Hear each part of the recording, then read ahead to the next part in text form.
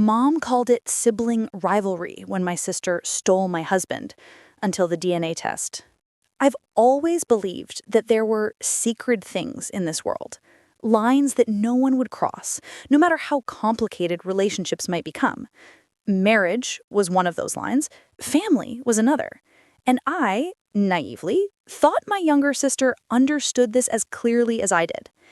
My name is Catherine. I'm 36 years old, and for most of my life, I've lived in Austin, Texas, where the summer heat is as intense as the passions that sometimes explode between people who should love each other. I grew up in a family that, from the outside, seemed perfectly normal. Middle class, with a father who worked as an accountant, and a mother who dedicated her life to being a homemaker and raising her two daughters.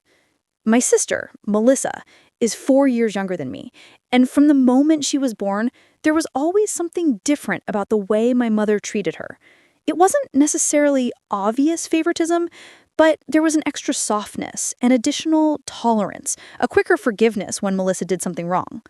My dad used to say it was because Melissa was the baby, that my mom had become more relaxed after having raised a daughter first. But even as children, I could feel there was something deeper to it, something I couldn't articulate, but that created a small wound in me every time I saw my mom stroke her hair with that particular tenderness or laugh at her antics that would have earned me a severe scolding. Melissa was always beautiful, the kind of beauty that comes naturally, effortlessly, with blonde hair that fell in perfect waves and blue eyes that seemed to capture the light in a way that made people stop and stare. I was different, more ordinary, with brown, straight hair and brown eyes that my grandmother used to say were honest but not particularly memorable. I learned early on to compensate for my lack of stunning beauty with other qualities, focusing on my studies, developing a sense of humor, being the reliable and steady person everyone turned to when they needed something. And it worked, in a way. I graduated with honors from the University of Texas, landed a good job as a marketing manager at a growing tech company, and built a life that I genuinely loved. It was at a company party on a hot May night 8 years ago that I met David. He was new to the sales department, having recently moved from Dallas, and there was something about him that attracted me immediately. Not just his looks, although he was objectively attractive with his dark hair and easy smile, but something deeper, a genuine kindness that showed in the way he treated everyone around him, from the senior executives to the cleaning staff. We started talking that night about trivial things, about how he was adjusting to Austin, about the best places to get authentic tacos. And that conversation stretched for hours, continued over coffees and dinners in the following weeks, and eventually blossomed into something I had never experienced before. A love that felt both exciting and deeply comfortable. David made me feel seen in a way I never had before. He valued my intelligence, laughed at my jokes, encouraged me in my career. And most importantly, he chose me, not because I was the most beautiful or glamorous option, but because he genuinely appreciated who I was as a person. We got married 2 years later in a simple but beautiful ceremony in a garden in Round Rock with about 80 guests, including family and close friends. Melissa was there, of course, as my maid of honor, wearing a lavender dress my mom had picked out that looked absurdly good on her. I remember seeing her during the ceremony, standing by my side as I said my vows to David, and noticing something strange in her expression, something I couldn't fully identify at the time, but now, in retrospect, I recognize as a mixture of envy and something darker, something calculating. But I was so caught up in the happiness of that day, so completely in love with the man I was marrying, that I let that observation slide without thinking too much about it. The first years of our marriage were genuinely happy. David and I moved into a cozy house in Cedar Park, a suburb of Austin, with 3 bedrooms and a backyard where we planted a garden that never fully bloomed due to the constant Texas drought, but we loved it the same.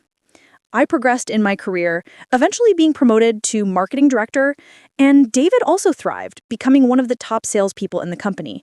We had a healthy social circle, traveled occasionally, and we were starting to seriously talk about having kids. Melissa, during this time, was living a more chaotic life. She had gone to college without much conviction, changing majors 3 times before finally graduating with a degree in communications that she never used professionally. She had a series of boyfriends that never lasted long, jobs she quit after a few months because she didn't like the boss or found the work boring, and a general tendency to float through life without much direction or purpose.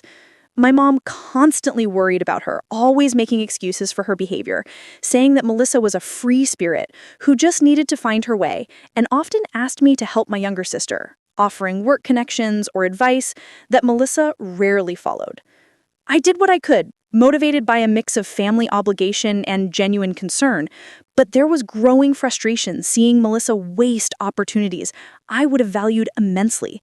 Seeing her being financially supported by our parents long past the age when she should have been independent. About 3 years after my wedding, Melissa went through a particularly difficult breakup with a guy she had sworn was the love of her life, and she showed up at our door late one night crying and saying she had nowhere to go. David and I, without hesitation, offered for her to stay with us temporarily, thinking it would be a few weeks until she emotionally recovered and found her own place. Those weeks turned into months. And during that time, Melissa became a constant presence in our domestic life in a way that began to make me uncomfortable, although I didn't know exactly how to articulate why. She was always there when we came home from work, often wearing my clothes without asking, cooking elaborate dinners that made David compliment her culinary skills in a way that made me feel inadequate with my simple, practical meals. She started joining us in activities I considered couple time, saying she felt lonely and it would be fun to have extra company. And David, being the kind and inclusive person he was, always agreed before I could protest. There were times when I tried to talk to David about it, gently suggesting that maybe it was time for Melissa to find her own apartment, but he always responded by saying she was my sister, that she was going through a hard time, and that we had plenty of space, so why not help? And I felt guilty for wanting my own house back, for resenting my own sister's constant presence. So I swallowed my concerns and tried to be more patient, more generous, more the understanding older sister everyone expected me to be. It was during this time that I started to notice small things that made me uneasy. The way Melissa laughed at David's jokes, touching his arm in a way that seemed to last a few seconds longer than necessary. How she always seemed to wear tighter t-shirts and shorter shorts when he was home. How she found excuses to be alone with him, asking him to help her fix something in her room, or offering to go with him when he went out for a quick errand. I tried to convince myself I was being paranoid, that my insecurity was creating problems where none existed, that Melissa was my sister and would never do something so horrible, and David was my husband who loved me and had made vows of fidelity. But that discomfort lingered, growing silently inside me like a dark seed planted in fertile ground of doubt. Then something happened that should have been an impossible to ignore red flag, but at the time I rationalized it in a way that now deeply embarrasses me. One day I came home early from work, having left a meeting that had been canceled last minute, and found David and Melissa in the living room watching a movie, sitting closer than I thought appropriate, although technically they weren't touching. They moved apart slightly when they saw me, and Melissa immediately began talking about how bored she was and how she had convinced David to take the afternoon off to relax a bit, that he worked too hard and needed a break. David seemed slightly uncomfortable, explaining that he had finished all his important tasks and was really just watching TV for an hour before getting back to work remotely. And I, wanting to believe, desperately not wanting to be the jealous and controlling wife, smiled and said it was fine, that it was nice that they were getting along since we were family. But that night, lying in bed next to David, who was already asleep, I stared at the ceiling in the dark and allowed those doubts to finally crystallize into concrete thoughts. Was my sister trying to seduce my husband? Was my husband allowing it, or worse, encouraging it? And if something was really happening, what exactly would I do about it? How do you accuse someone of cheating based on feelings and small observations that could easily have innocent explanations? How do you risk destroying fundamental family relationships based on what might just be your own insecurity manifesting? Those questions tormented me for weeks, stealing my sleep, distracting me at work, creating an emotional distance between me and David that he surely noticed, but attributed to work stress when he asked about it. And then came the night that changed everything, The night that turned vague suspicions into devastating certainty and set in motion a series of events that would reveal just how far the people you love are capable of betraying you. It was a Friday in October, and I was supposed to be in Dallas for a 3-day marketing conference. I had traveled that morning, attended the first half of the day's presentations, but started feeling terribly ill in the afternoon, a combination of nausea and fever that left me unable to concentrate. I decided to go home early, thought about calling David to let him know, but my phone was running low on battery, and I wanted to save it for the drive. So I simply got in the car and drove the 3 hours back to Austin, arriving home around 10 o'clock at night. The house was strangely quiet when I parked in the garage, with only a few lights on inside, and for a moment I considered the possibility that both David and Melissa had gone out, maybe for dinner or to the movies. But David's car was there, parked in its usual spot, so I know he was home. I walked through the kitchen door, dropping my suitcase on the floor harder than I intended because my muscles ached from the fever. And that's when I heard it. Voices coming from upstairs, muffled but clearly audible in the quiet house. And there was something in the quality of those voices, an intimacy, a tone that made my stomach tighten before my brain could fully process what I was hearing. I slowly ascended the stairs, each step seeming to take an eternity, my heart pounding so loudly I could hear it in my ears. And the voices became clearer. It was David, his voice low and raspy in a way I knew intimately because it was the tone he used with me during our most private moments.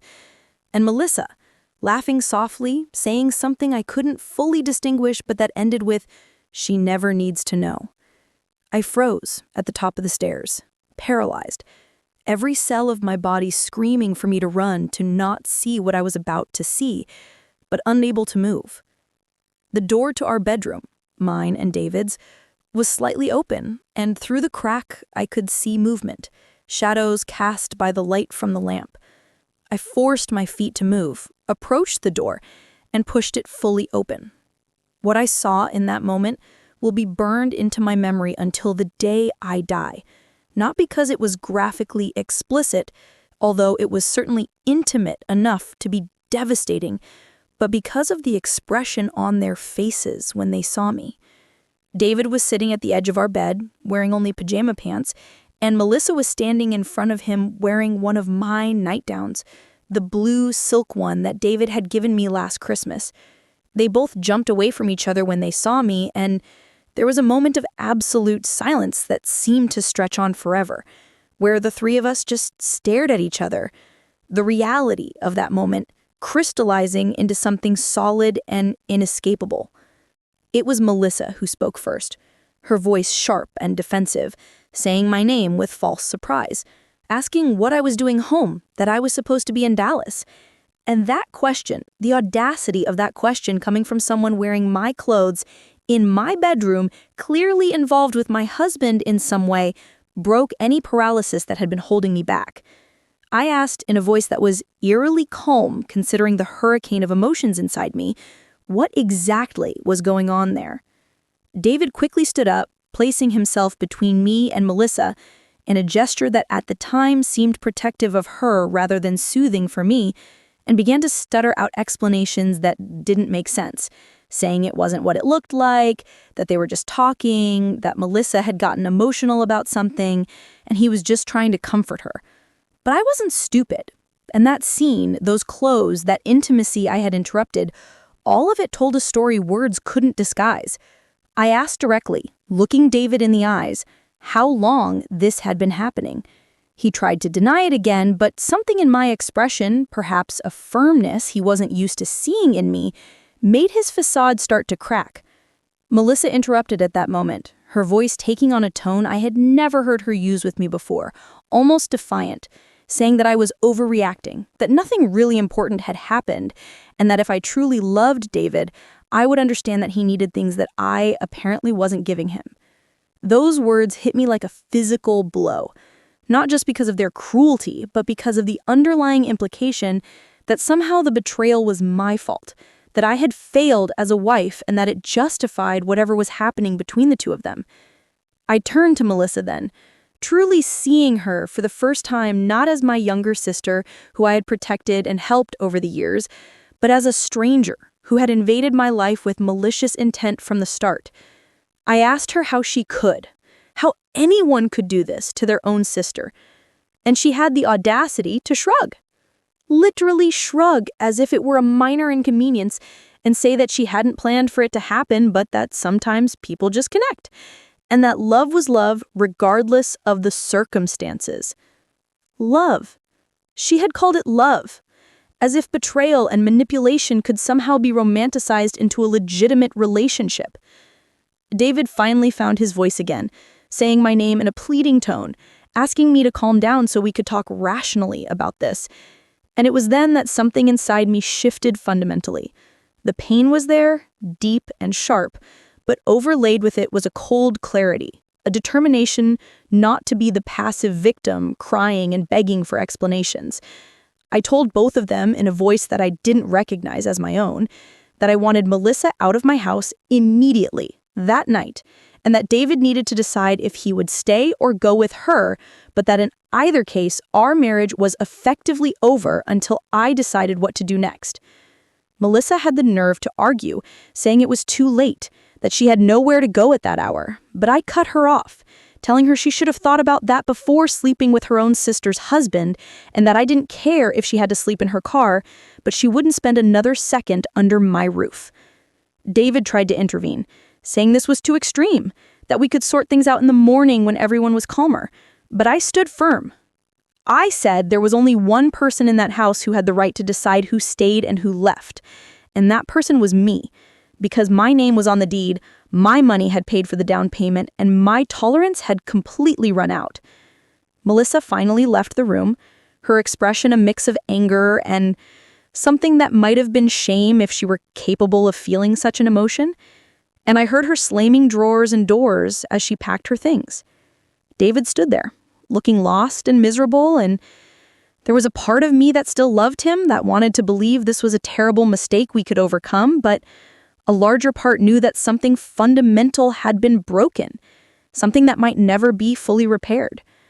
I asked him directly one last time, how long? He initially resisted, but finally admitted that it had started about 3 months ago, that it hadn't been planned, that he felt guilty and confused, but yes, they had been together multiple times, always when I was at work or traveling, always in our house, sometimes in our bed. Each word was like a needle, slowly being inserted into my heart, but I forced myself to listen to it all, to not look away from that horrible truth because I needed to know exactly what I was dealing with. I asked if he loved her, and he hesitated for too long before saying he didn't know, that he felt something for her, but that he also loved me and didn't want to lose our marriage. And that hesitation, that inability to simply deny that he loved my sister, was possibly more painful than anything else he had said. Melissa finally came downstairs with a hastily thrown together suitcase, her clothes hanging from the zipper, and she stopped at the door, looking back, not at me, but at David, perhaps hoping that he would follow her, that he would choose her over me in that dramatic moment. But David stayed where he was. And after a long moment, Melissa left, slamming the door hard enough to make the pictures on the walls shake.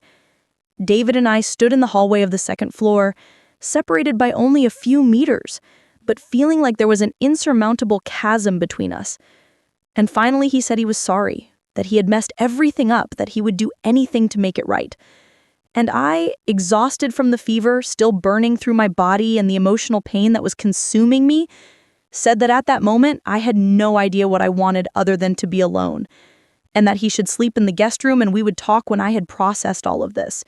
He silently agreed and went downstairs, and I finally allowed the tears to come, sliding down my cheeks as I entered my room, that space that should have been my sanctuary but was now contaminated by betrayal, and lay fully dressed on top of the blankets, unable to touch the sheets where my husband and my sister had been together. You know, as I'm sharing this part of the story with you, the rawest and most painful part, I need to pause and recognize how hard it is to relive this, even now, years later, when the wounds are theoretically supposed to have healed. But I'm telling this because I know there are people out there going through similar betrayals, who are feeling that same gut-wrenching pain of finding out that the people who should have protected your heart are the very ones who destroyed it. And I want you to know you're not alone, that the pain you feel is valid, that you're not crazy for feeling like your entire world just collapsed. Because that's exactly what it feels like the ground has been ripped out from under you and you're free falling, not knowing where or if you will land. But here's what I also want you to know. You will survive this. You will, even though it seems impossible right now. You will have days where breathing feels too hard, where getting out of bed takes more courage than you ever thought you had. But you will do it one day at a time, and eventually you'll find there's a strength inside you that you never knew existed. If you're going through something similar, if you have your own story of betrayal or family pain, I'd love to hear about it here in the comments. I'm not asking lightly, but because I believe there's power in sharing our experiences, in knowing that others have walked similar roads and found their way to the other side. And if you want to continue this journey with me, to find out what happened after that terrible night and how I eventually found my way back to something that resembled peace, I'd be honored to have you here. Because the story, though painful, doesn't end in darkness. There is light at the end, I promise, even if right now you can't see it. So let's continue together. The days following that night felt like existing in an alternate reality, where everything seemed slightly distorted and unreal. I called in sick to work, which was technically true since the fever that had brought me home early was still present, but the physical illness was insignificant compared to the emotional pain that was consuming me. David and I existed in the same house like ghosts, occasionally crossing paths in the kitchen or hallway, but rarely making real eye contact, much less having substantive conversations about what would happen with our marriage.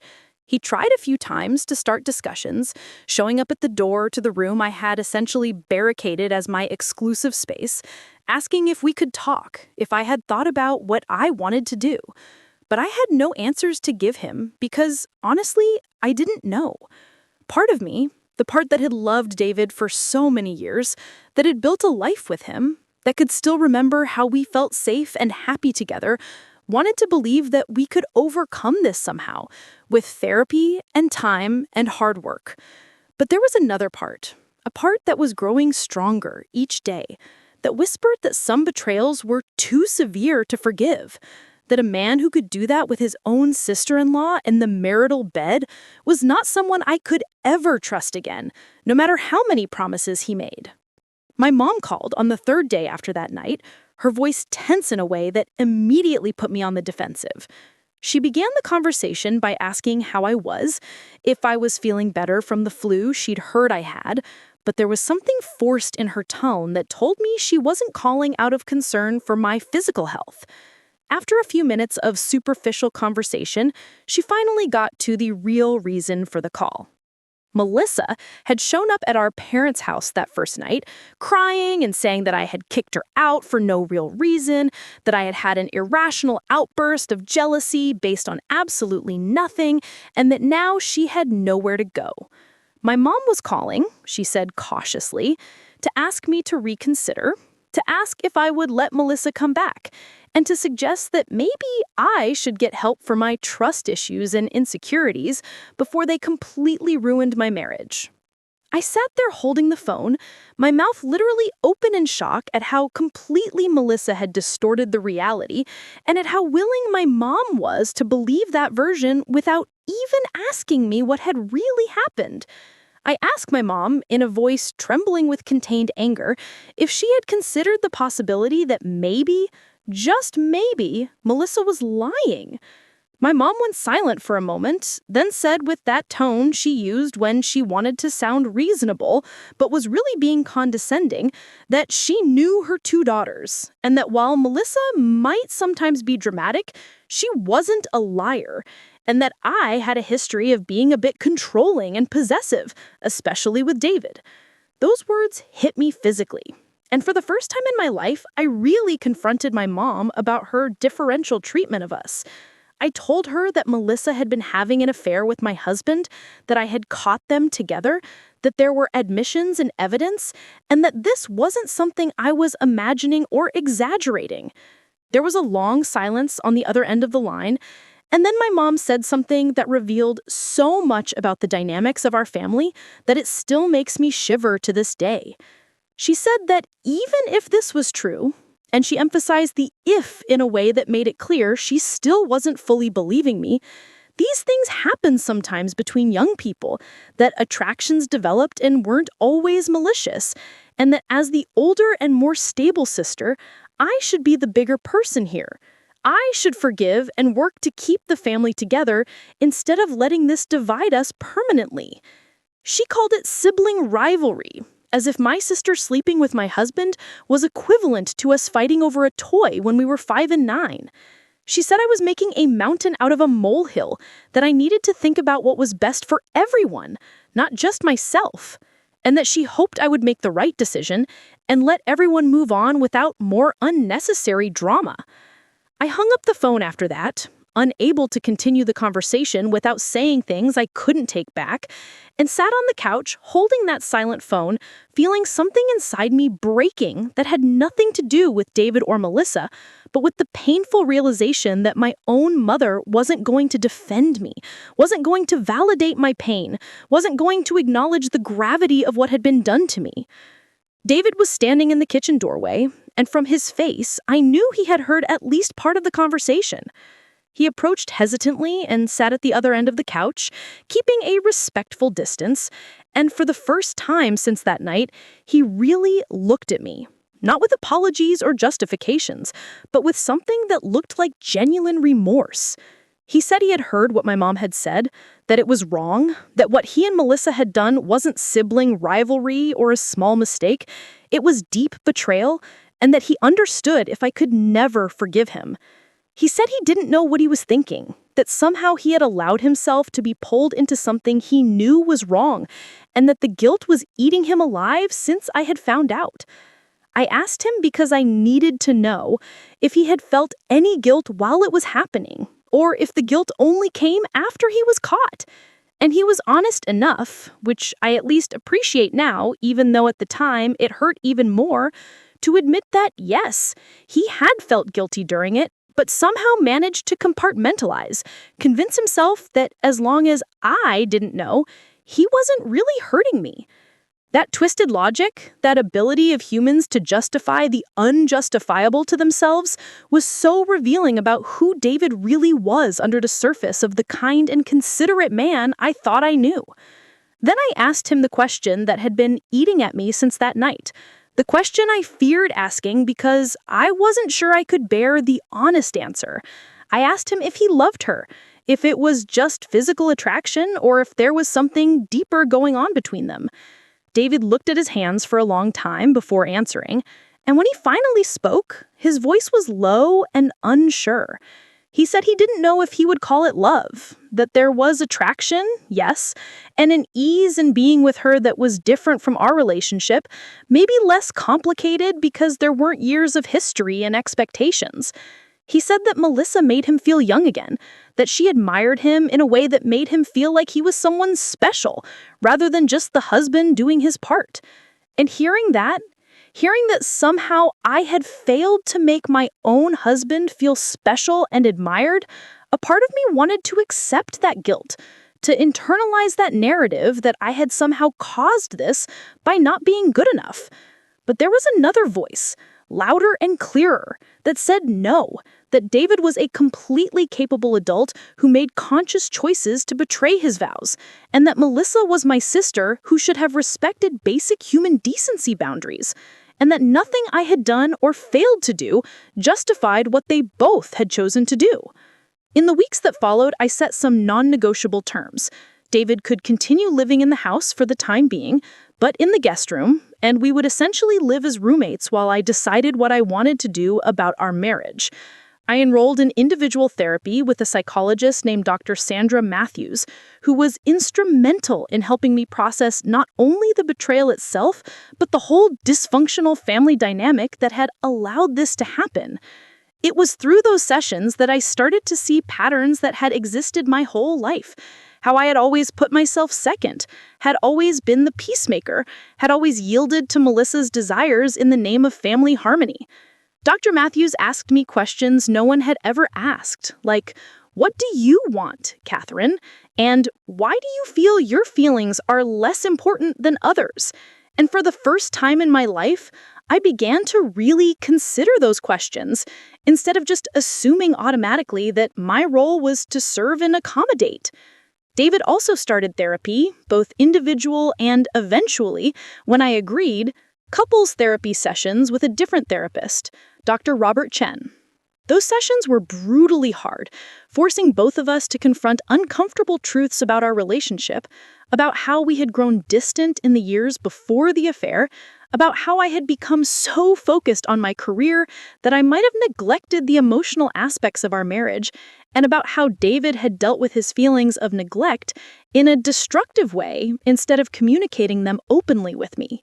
But even with all that therapy, with all that honest communication, there was one fundamental question that remained unanswered. Could I really forgive and trust again? Or were we just prolonging the inevitable?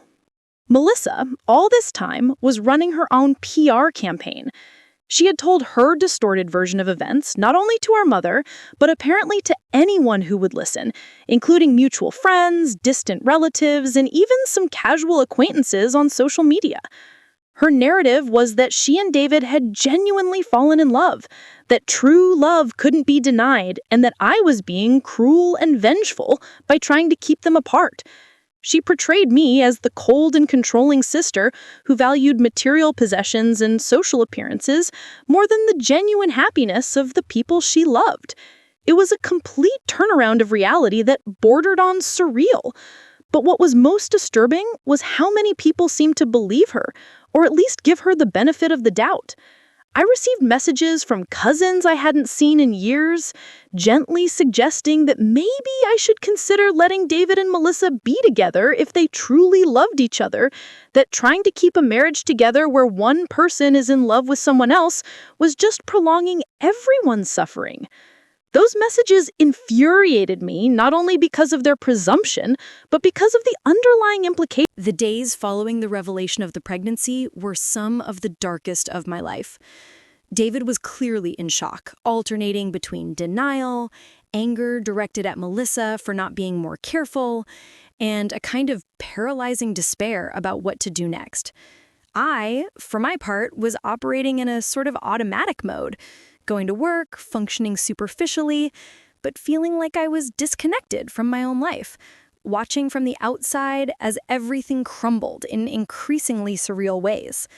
Dr. Matthews, my therapist, was instrumental during this period, helping me process not only the original betrayal, but now this additional complication that made everything infinitely more complex.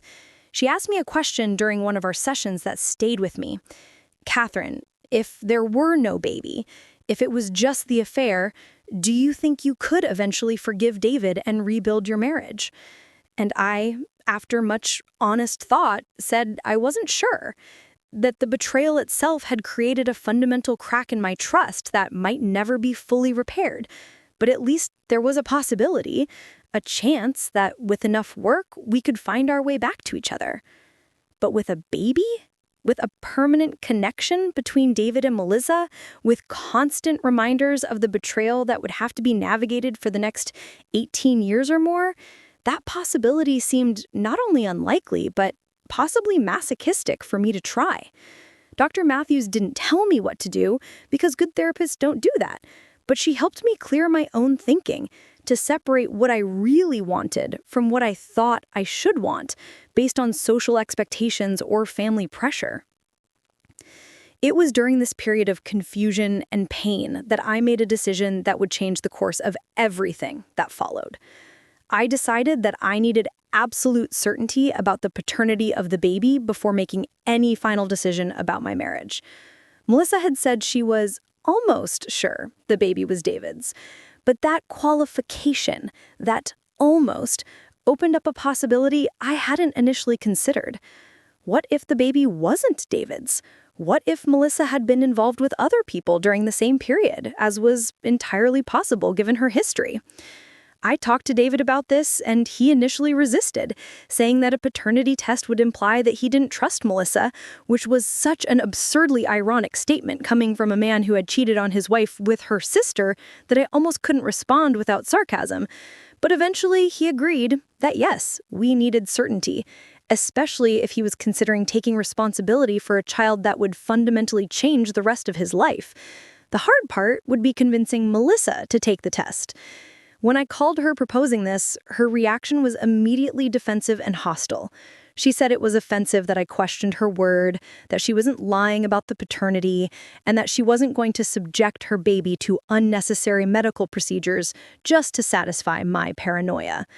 But I, with a firmness I had developed through months of being forced to defend myself, told her that if she wanted any kind of financial or emotional support from David, if she wanted him involved in this child's life, then the test was non-negotiable. That it was a matter of protecting everyone involved, including the baby, ensuring everyone knew the truth from the start. Melissa finally agreed reluctantly. But there was something in her hesitation, an underlying nervousness that made me suspect she wasn't as sure about the paternity as she had claimed. We arranged a non-invasive paternity test that could be done during the pregnancy, using a simple blood sample from Melissa and David. The process was surreal, clinically impersonal. The three of us sitting in a sterile clinic while nurses took blood, all avoiding eye contact, all trapped in our own thoughts about what the results might mean. They told us the results would take about a week, and that week was one of the longest of my life, each day dragging as I oscillated between hoping the baby wasn't David's and feeling guilty for hoping for something that would mean there was another complication or betrayal somewhere. When we finally received the call saying the results were ready, the three of us agreed to go to the clinic together to hear them, a decision that, in retrospect, was both brave and possibly masochistic for me to try. We sat in that same sterile consultation room, this time with a genetic counselor who would explain the results to us, and I could feel my heart pounding so loudly I was sure the others could hear it. The counselor opened the envelope with professionally neutral expression, looked at the papers, and then looked at us with an expression trying to be supportive, but that couldn't completely hide the gravity of what was about to be revealed. The results showed that David was not the father of the baby. Those words dropped on us like deafening silence, and for a moment, no one moved or spoke, just processing that impossible information. David was the first to react, turning to Melissa with a look of growing shock and anger, demanding to know who the father was if it wasn't him. Melissa was pale, her hands visibly trembling, and she started to stutter something about how this didn't make sense, how she was sure it was his, how maybe there had been a mistake in the results. But the counselor gently but firmly explained that DNA tests are extremely accurate. There is no margin for error here, and that David was definitely not the biological father of this child. Then I asked the question that had been burning in my mind. If it wasn't David, who was it? And Melissa, cornered and clearly in panic, finally admitted something that changed the whole narrative again. There was another man, she said, someone she had been seeing casually while she was involved with David, a guy named Marcus that she had met at a bar and had gone out with a few times. She had assumed the baby was David's because, and here she had the audacity to look embarrassed, she and David had been together more often, and Marcus had only been a few dates. But apparently, biology had other ideas about paternity. David stood up abruptly, his chair scraping against the linoleum floor, and told Melissa he was done with her, that he wanted nothing to do with her or her situation, and that she needed to sort out her own mess without involving him anymore. There was a part of me that felt darkly satisfied seeing Melissa finally face consequences, seeing her manipulation unravel so spectacularly. But there was also a part, smaller but still present, that felt something like pity for the innocent child that would be born into all this chaos.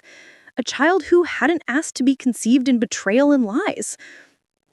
That night, when David and I finally talked, it was with a raw honesty we hadn't reached in all the months before in therapy and carefully mediated discussions. He admitted that he was relieved the baby wasn't his, that the prospect of being permanently tied to Melissa through a child had been terrifying in ways he hadn't fully processed until that moment. But he also acknowledged that this relief didn't change the fundamental fact that he had betrayed me, that he had broken vows he made, that he had chosen temporary gratification over the integrity of our marriage. I asked him directly if he had been with Melissa because he truly felt something for her, or if it had just been convenience and opportunity. And for the first time, he was completely honest, in a way that, though painful, I appreciated. He said Melissa had been aggressive in her attention, that she had made it clear she was interested, and that he, feeling unappreciated and a bit bored in the routine of our marriage, had given in to the temptation without properly considering the consequences. That it hadn't been love, barely even deep attraction. It had been more about ego and escapism than any genuine connection. That honesty, though brutal, gave me something I had needed. Context that didn't romanticize or justify the betrayal, but placed it in a perspective I could at least understand, if not easily forgive. In the days that followed, as I processed everything that had happened and considered what to do about my marriage, something unexpected happened. My mother showed up at my door, alone, unannounced. When I opened the door and saw her standing there, my first instinct was defensive, preparing myself for another attempt to convince me to forgive Melissa or minimize what had happened. But there was something different in her posture, a vulnerability I rarely saw in her. She asked if we could talk, and I let her in, still cautious but curious about what had brought her here. We sat in the living room, and my mother began speaking, hesitantly and awkwardly, clearly out of her emotional element. She said that she had talked extensively with my father, that she had reflected a lot on everything that had happened, and that she needed to apologize to me. Those words, coming from a woman who rarely admitted she was wrong about anything, caught me completely by surprise. She said she was wrong for minimizing the betrayal, wrong for trying to make it seem like something I should just get over for the sake of family harmony, and especially wrong for not defending me as she should have from the beginning. She admitted, with tears I rarely saw from her, that she had been unfair to me my whole life, that she had favored Melissa in ways that were unjustified and hurt us both, allowing Melissa to develop a sense of entitlement and irresponsibility while making me feel my feelings and needs were always secondary. My mother said the revelation about the pregnancy and especially the paternity test results had been a wake-up call for her, showing her that Melissa had lied, not only to me but to everyone, that she had manipulated situations in ways my mother could no longer ignore or excuse. Hearing those words from my mother, that late but genuine recognition of patterns that had existed my whole life, was both healing and painful. Healing because it validated everything I had felt but had never been able to properly articulate, because finally there was recognition that my feelings were valid and that I hadn't been the problematic or overly sensitive one that I had sometimes been made to feel. Painful because, although I appreciated the apology, it couldn't erase decades of feeling like the second option, of always having to prove my worth while Melissa received unconditional acceptance regardless of her behavior. But there was something powerful in finally having that honest conversation with my mom, in hearing her take responsibility for her part in our family's dysfunctional dynamics. I asked her why. Why had Melissa always been treated differently? And my mom hesitated for a long time before answering. She said there hadn't always been a logical reason, that part of it was because Melissa looked exactly like my mom's deceased sister, an aunt I never knew who died young in a car accident, and that unconsciously my mom had projected all those unresolved feelings of loss onto Melissa. She said that this wasn't an excuse, that as an adult and a mother, she should have recognized that pattern and worked through it, instead of allowing it to affect how she treated her daughters. But at least now there was an explanation, some context for something I had always felt was mysterious and arbitrary. My mom also told me that she had confronted Melissa about the lies and manipulations, that she had made it clear that although she would always love Melissa as her daughter, she could no longer support or excuse her behavior, and that Melissa needed to take responsibility for her actions and do the hard work of becoming a better person. I don't know if that conversation had any impact on Melissa, but at least there was some sense that consequences were finally catching up to her from all directions, not just from me, but from the family that had always protected her. After my mother left that night, I sat in the dark of my living room, processing everything that had happened in the past few weeks. The paternity test, the revelation that Melissa had been with multiple men at the same time, the unexpected apology from my mom, all of this created an image that was more complex than the simple narrative of betrayal I had been operating under. It didn't change the fundamental facts that David had betrayed me and that Melissa had violated basic family decency boundaries, but it added layers of context that helped me understand, if not forgive, how we had gotten to this point. And with that understanding came a clarity about what I needed to do next. I needed to make a decision about my marriage based not on what others expected of me, not on fear of loneliness or failure, but on what I truly wanted for my life in the coming years and decades. That decision wasn't something that could be rushed or forced. It required deep honesty with myself about whether I could really forgive David, whether I could trust him again, and whether our relationship had a strong enough foundation to rebuild on the ruins of what had been destroyed. That decision came later, but I knew it was mine to make. After that conversation with Melissa in the park, I came home feeling something I hadn't felt in months: clarity. It wasn't complete peace. It wasn't the absence of pain, but it was a sense that I finally had all the pieces of the puzzle, all the unpleasant and complicated truths laid out before me, and now it was my responsibility to decide what to do with them. David was waiting when I got home, clearly nervous, knowing I had met with Melissa but not knowing how that conversation had gone. We sat in the living room where so many difficult conversations had happened in the past few months, and I told him about my conversation with Melissa, about how she had taken responsibility in a way I hadn't expected, about how that had helped me see the whole situation with a bit more perspective. David listened quietly, and when I finished, he asked the question that had been hanging unsaid between us for weeks. What did I want to do about our marriage? It was the question, the one that would determine the course of both our lives moving forward, and I knew I had to answer honestly, not based on fear or obligation, but based on a true evaluation of what I wanted for my future. I told David that I had thought a lot about it, that I had processed not only the betrayal, but our entire relationship, the good years and the years where we had drifted apart, and that I had come to some conclusions. First, that I had genuinely loved him, that our marriage had been real and valuable, even though it had been imperfect. Second, that the betrayal had caused deep damage that couldn't simply be erased or ignored, that it had broken something fundamental in my ability to trust him the way a marriage requires. And third, that while I could see a path where we could possibly rebuild something new on the ruins of what had been destroyed, that path would be extraordinarily difficult, requiring years of work from both of us, and there were no guarantees of success. I said that I needed to know, before committing to that difficult path, if he truly wanted our marriage enough to do that work, or if part of him was still thinking about Melissa, still wondering what if, still not fully present with me and the possibility of our future together. David looked at me with an intensity I hadn't seen in him in a long time, and he said that he had been doing his own reflections, his own work in therapy, and that he had come to understand some things about himself that weren't flattering, but were true.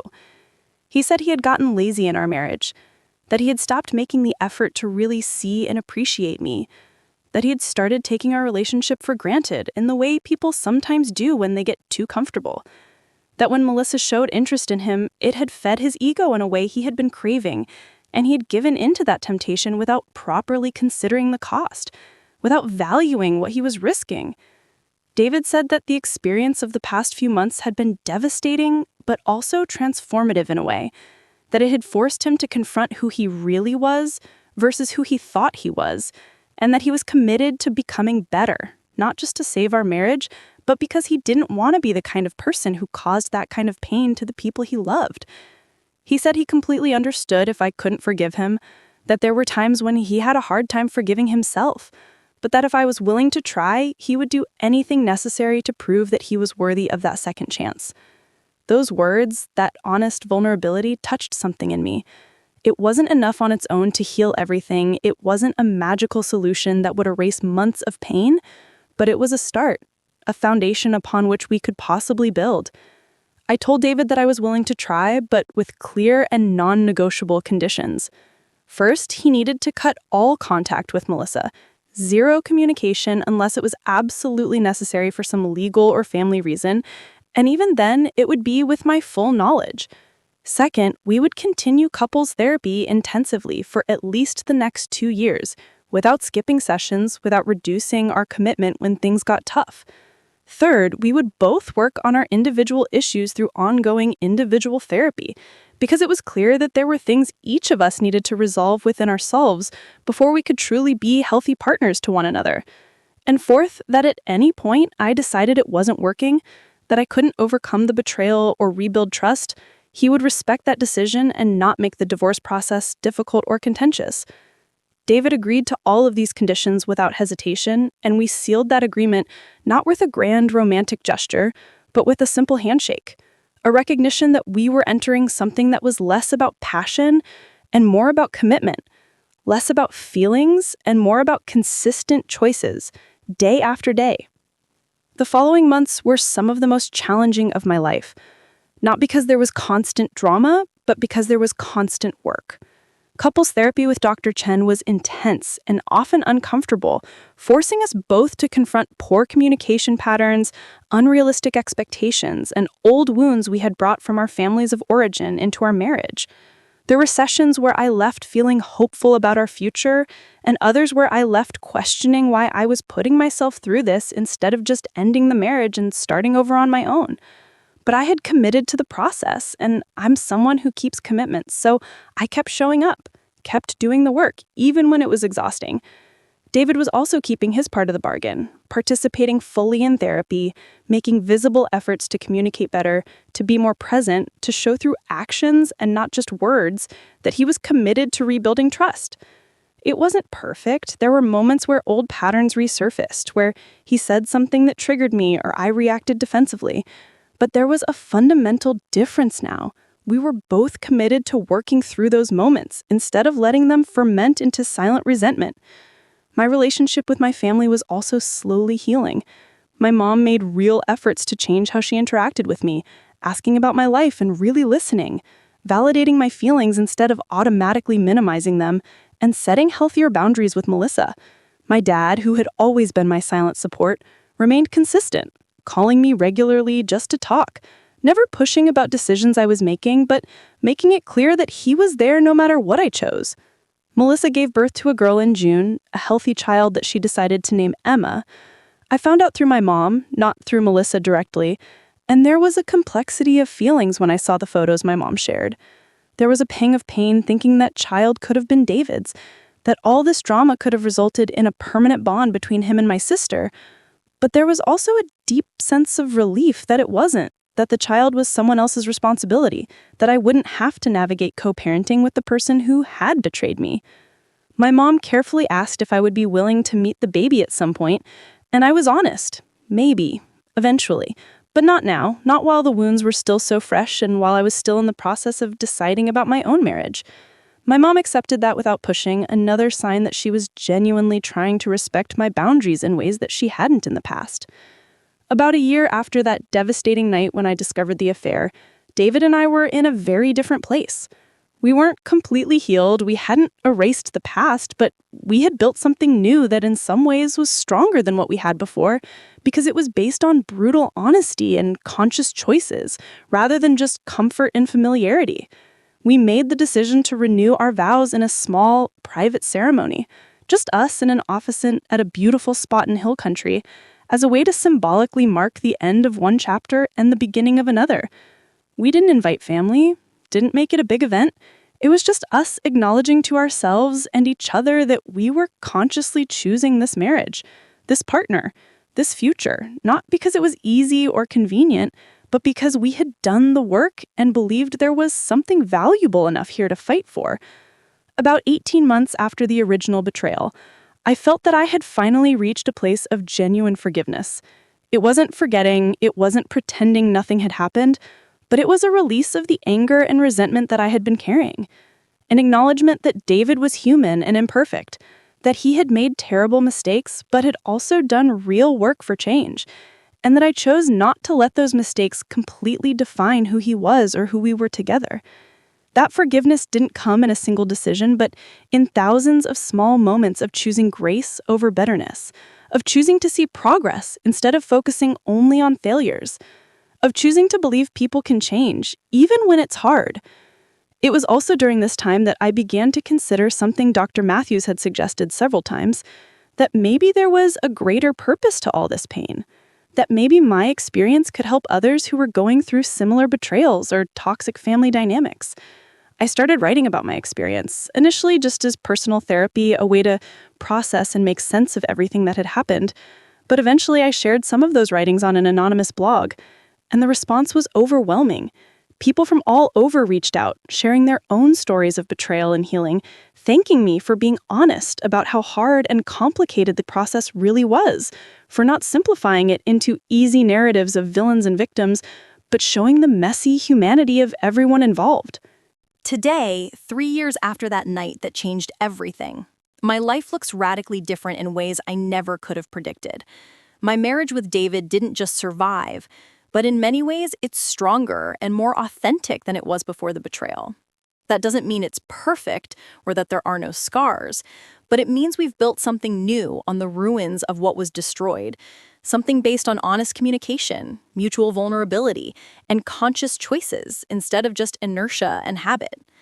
We have difficult conversations regularly about how we're feeling, about needs that aren't being met, about fears and insecurities, and that honesty, though sometimes uncomfortable, has created an intimacy I didn't know was possible. We've learned that love isn't just a feeling that happens to you, it's a choice you make repeatedly, day after day, even when it's hard, especially when it's hard. David has become a different person through this process, not completely transformed as in a movie, but fundamentally more self-aware, more responsible, more present. He now recognizes when he's slipping into old patterns of avoidance or emotional laziness, and he makes conscious choices to engage differently. This hasn't happened overnight. It's been years of consistent work in therapy and in our daily lives, but the results are real and measurable. I've changed too, not just in how I view my marriage, but in how I view myself and my relationships with everyone around me. I've learned to set firmer boundaries, to communicate my needs more clearly, and not to accept treatment that's below what I deserve out of fear of seeming difficult or demanding. I've learned that asking for what I need isn't selfish, it's necessary self-care, and that people who truly love me will respect those boundaries instead of trying to make them seem unreasonable. My relationship with Melissa remains complicated. It probably always will. We have limited contact, mostly through family events we both attend, and our interaction is polite but distant, like acquaintances who share history rather than sisters with a close connection. I've met her daughter Emma a few times, a sweet child who is innocent in all of this, and I can interact with her without resentment because I understand that she didn't ask to be born into this mess. Melissa, from what I see from a distance and from what my mom occasionally shares, seems to be genuinely making efforts to grow and change. She keeps her job at the veterinary clinic, is raising Emma on her own with some help from Marcus, who at least provides regular financial support, and continues therapy, working on her issues. I don't know if we'll ever have a close relationship again. Honestly, I doubt it. But there's a peaceful acceptance that she is who she is, I am who I am, and we can coexist in the same family without constant drama.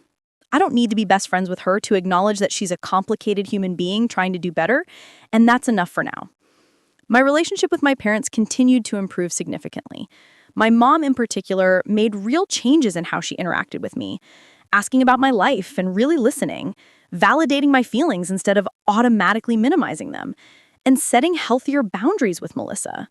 My dad remains my rock, the person who has always believed in me and supported me, and his consistent presence through all this trial has given me a strength I didn't know I needed. One of the most significant changes in my life is the work I now do helping others who are going through similar betrayals.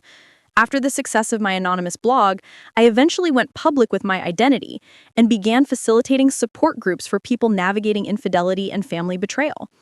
I also wrote a book about my experience, not a story of vengeance or victimization, but an honest exploration of how real families handle betrayal, how forgiveness really works when it's genuine, and how to build healthier relationships on the ruins of what was destroyed. The book had an impact I never anticipated, resonating with thousands of people who felt alone in their own struggles and who appreciated seeing someone be honest about how difficult and complicated the process really is. I've received countless messages from people thanking me for not romanticizing or simplifying, for showing both the flaws and the successes, and for offering genuine hope that isn't based on fairy tale endings, but on hard work and conscious choices. That work has become incredibly meaningful to me, transforming my pain into something that can genuinely help others, and giving me a sense of purpose that goes beyond my own healing. David has also found ways to transform his experience into something positive. He became a mentor for young men through our church, particularly those struggling in their relationships, sharing openly about his own mistakes and what he learned through them. It's not something he does to boast or seek absolution, but because he genuinely wants to help others avoid the mistakes he made. And there's power in his willingness to be vulnerable about his flaws. One thing I've learned through all this is that betrayal, though devastating, doesn't have to be the end of everything. It can be, and for many relationships, maybe it should be, but it can also be a catalyst for deep change if both parties are willing to do the extraordinarily difficult work necessary. I'm not saying everyone should try to save marriages after betrayal, because every situation is unique and some betrayals are simply insurmountable. But I am saying that if you choose to try, if there is genuine willingness from both parties to confront uncomfortable truths and make real changes, there is hope. There is a way forward that can result in something authentic and valuable.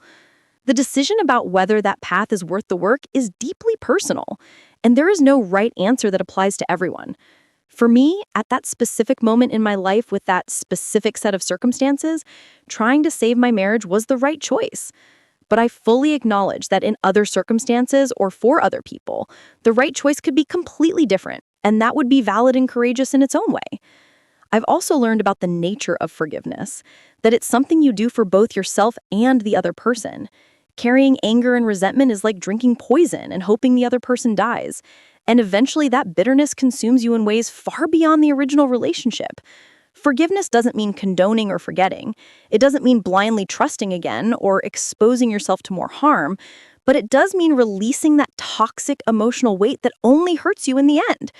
For me, getting to genuine forgiveness for both David and Melissa was crucial to my own healing, regardless of whether our relationships with them survived. Looking back now, 3 years later, I can see that that horrible night when I discovered the betrayal was simultaneously one of the worst and, paradoxically, one of the most transformative experiences of my life. I wouldn't choose to go through it again. I wouldn't wish that pain on anyone, but I also can't deny that it forced me to grow in ways I probably never would have otherwise. It forced me to confront unhealthy family dynamics I had been accepting my whole life. It forced me to develop strength and resolve I didn't know I had. It forced me to be honest with myself about what I truly wanted from life instead of just following a script I thought I was supposed to follow. And it gave me a deep compassion for others who are going through similar struggles, an empathy that informs the work I now do, helping others navigate their own paths through betrayal and healing.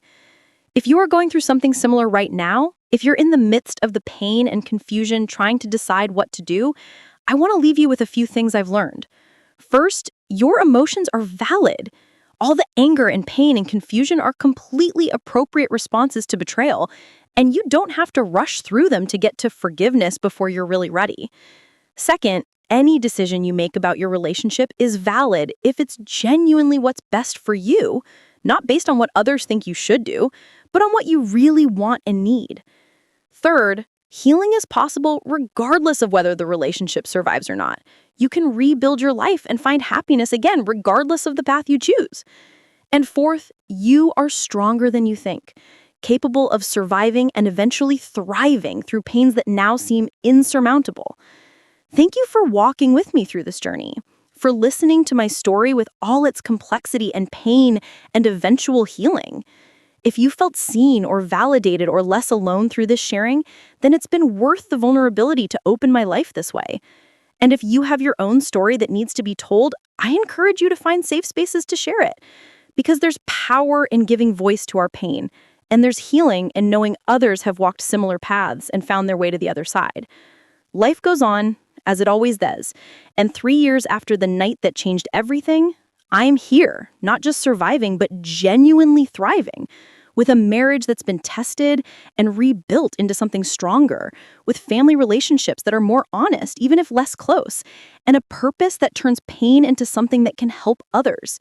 The path hasn't been easy, it hasn't been fast, and it hasn't been without permanent scars, but it's been my path, and I've walked it with the most honesty and courage I could summon. And in the end, that's all any of us can really do. Show up for our lives with honesty, do the best we can with the tools and understanding we have, and keep growing and learning even through the hardest experiences. This is my story, from the beginning to the middle to where I am now. And while it's not completely finished because life never really ends until it ends, this chapter is closed, and I'm grateful for where it's brought me and who it's helped me become.